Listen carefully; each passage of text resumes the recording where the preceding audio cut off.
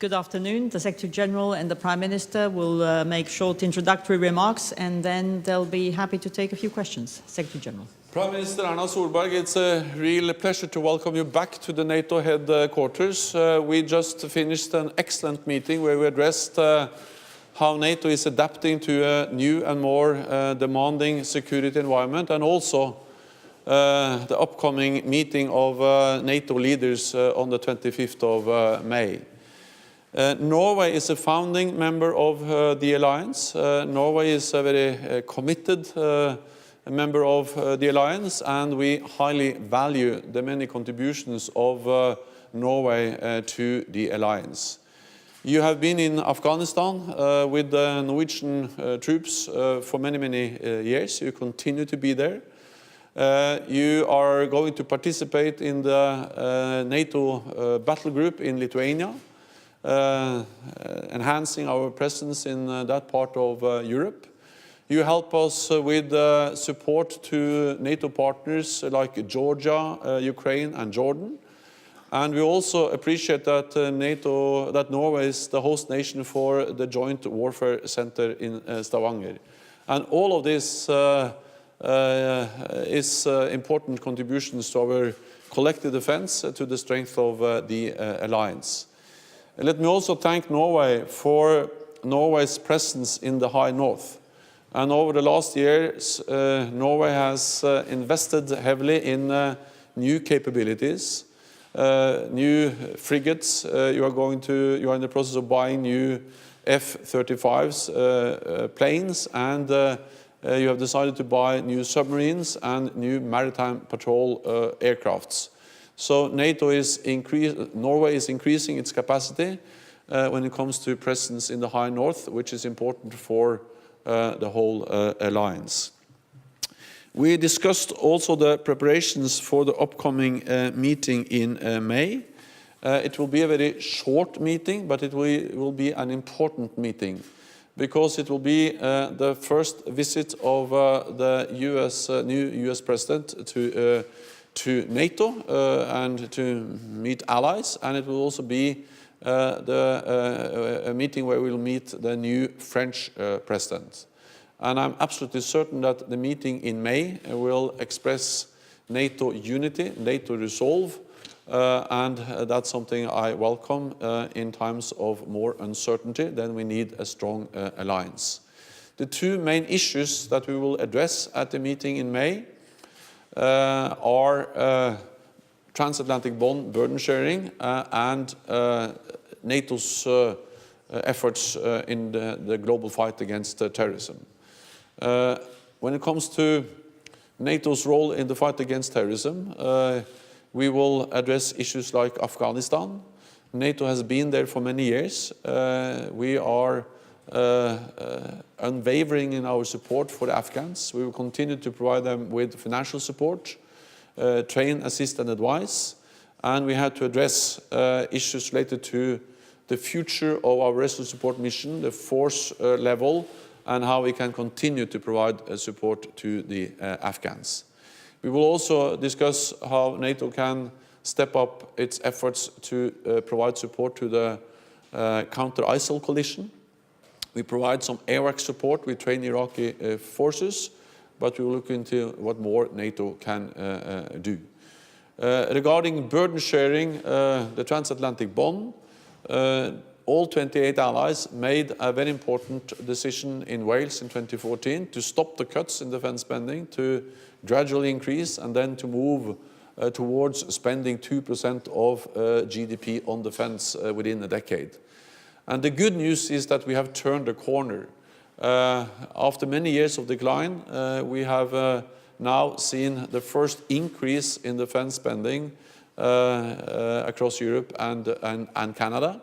And it is important that we keep up the momentum and make sure that we continue this positive development with increased defense spending across Europe and Canada. So there are many important issues on the agenda. I look very much forward to welcome you back to NATO on the 25th of May here in Brussels, where we're also going to have a handover ceremony for the new building just across the street. So once again, welcome to NATO, Erna Solberg. Thank you, Jens, and thank you for a very good and interesting meeting. As you well know, NATO is the cornerstone for Norwegian, but also for European security policy. And I hope that the upcoming special meeting will be a vitally confirm NATO's credibility as a defense alliance, and also that it will enhance its ability to provide collective defense to all members. We are fully committed to contributing to that end. For Norway, NATO is the cornerstone of our defense policy, and we will continue to be that. And maintaining especially the strong transatlantic bond and the alliance cohesion is a main priority for us. So I hope that the summit will provide us and demonstrate that Europe and North America have a firm political will to collectively secure all allies. And we know that we have a more difficult security environment around us. There has been a large change in the last years. That means that we need to have a NATO that is flexible and that can adapt to new realities. And we are strengthening the ability for the alliance to respond to threats and risks from all directions. Enhanced forward presence in the Baltic countries and Poland are concrete examples of the alliance solidarity, and Norway is participating with a company unit. I agree that fair burden sharing is an imperative, both in light of the changing security situation and in order to preserve the transatlantic bond. Most allies are moving in the right direction, and NATO is revitalizing credible collective defense. Norway is also increasing its defense budget, and as you said, we are heavily investing in strategic capabilities, fighter jets, submarines, marine surveillance aircrafts. And it's also important for us, as was an important issue for Norway on the Warsaw summit, that to enhance the alliance situation awareness and ability to operate in the North Atlantic. And we welcome the follow-up work from Warsaw, including the assessment of the NATO command structure. And we support an increased role for NATO in the fight against terrorism within clearly defined areas where the alliance may add value. NATO has a valuable experience in the capacity building project and stability beyond our borders. In our counter-terrorism efforts, we have drawn on lessons learned, particularly in Afghanistan and Iraq, and local ownership is necessary for capacity building to be sustainable and to provide long-term effects. And that will be an important position for Norway to take. Thank you. Okay, Wall Street Journal. Mr. Secretary General, a couple questions about the upcoming meeting. One, why is it too short? Two, are you making progress on the national plans toward agreeing toward national plans? And finally, do you personally support a counterterrorism coordinator? Would this be helpful? And to the Prime Minister, is 2% of GDP a realistic goal for Norway? Do you anticipate Norway would adopt a national plan to reach 2%? First, on the CT coordinator, what we are now discussing is how NATO can do more in the fight against terrorism, how we can utilize the untapped potential in NATO, because we have the structures, we have the experience, we have the knowledge, we have done it before in Afghanistan, but also in Bosnia and Herzegovina, when it comes to the issue of train local forces, build local capacity. And I really believe that the most important thing we can do is to build local capacity, enable local forces to fight terrorism themselves and to stabilize their own country.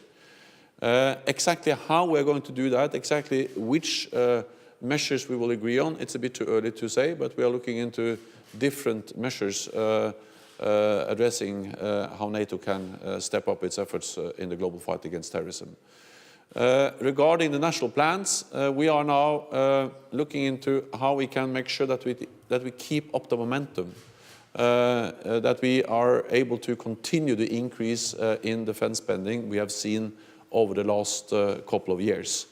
And we have to also underline that burden sharing is of course about defense spending, but it's also about capabilities and contributions to NATO missions and operations. And all these three strands of efforts are important, and we are looking into what kind of documents, what kind of tools can we develop to make sure that we continue to see a positive development in these areas. Exactly what will be decided and announced on the meeting on the 25th of May.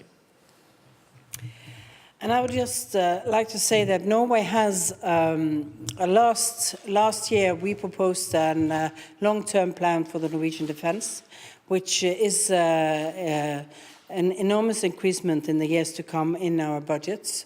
And we are working towards the 2% goal. The next 4 years we will have a large increasement. And then, of course, there will be a new revised plan every 4th year based on that. But we are increasing our support for the military activities. And on the top of that, of course, there are new demands always on international cooperation and participation. NTB. Johan Fallnes, NTB. Secretary General, about these national plans, in your view, what do you think should be the main elements of those plans? Can you be a bit more specific about that? And also, now Prime Minister Solberg mentioned the Norwegian long-term plan.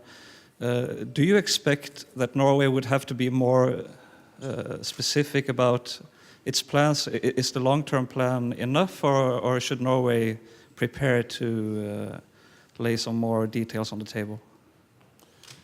So first of all, regarding the national plans, no decision has been made. So we are now in the process discussing within NATO, with NATO allies, exactly how we can develop different tools to make sure that we continue to deliver on what we promised in 2014. But the idea, as it has been presented by some allies, and which is now discussed in the alliance, is to have documents where allies can report on how they are following up the pledge, both when it comes to defense spending, but also when it comes to capabilities and contributions to NATO missions and operations. And the whole purpose of having these kind of documents is that they will then provide us a better understanding of where different nations are when it comes to implementing the pledge we made together in 2014. And again, I'm confident that we will have decisions by the 25th of May, and then I can go into more details. And I think our plan is moving towards all of the goals that is set by it. We will be above 20% in investments. We are transforming the capabilities that we have. We are working on the principle of interoperability between Norway and others, and we are contributing to the international operations, both mainly through NATO, but also in some of the others that the EU are doing, and also some of the UN operations. Politico. Mr. Secretary General, in terms of the most relevant or perhaps most dangerous conflict right now, military conflict in Syria, two of your biggest allies are very active, the United States and Turkey, but not exactly on the same side. I wonder, at what point does that potentially become problematic, and do you expect that to come up perhaps in the sidelines of the meeting later this month? And for the Prime Minister, as the Secretary General noted, you'll have two new colleagues from France and the United States. What might you say to them to really convince them that NATO is not obsolete? As you know, NATO provides support to the coalition fighting ISIL in Iraq and Syria, but NATO is not present in Syria as an alliance. Some NATO allies are. And since NATO is not present on the ground in Syria, I think I should refrain from commenting on operational issues related to the activities of NATO allies. But I, of course, expect all NATO allies to coordinate their activities, especially in northern Syria, where there is a very complex and very difficult military situation. What NATO will do is that we will look into whether or how we can provide more support.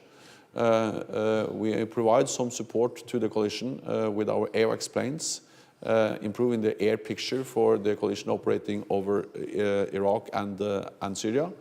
And it may also be in other areas that we can provide more support for the coalition.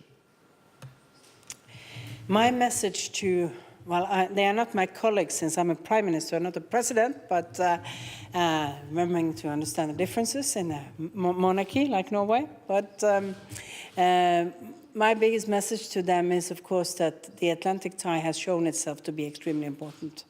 The military capacities that we need also in the Atlantic is important. That was one of the issues that we were very concerned about before the Warsaw meeting, because we know that if the Northern Atlantic part is controlled in the seaway, you will not be able to have support for Europe. In a crisis and conflict, this will be a very difficult issue.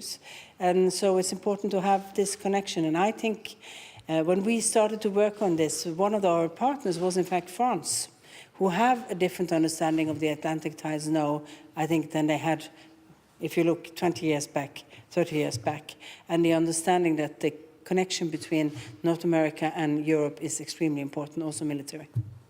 Thank you very much. This concludes this press point. Thank you.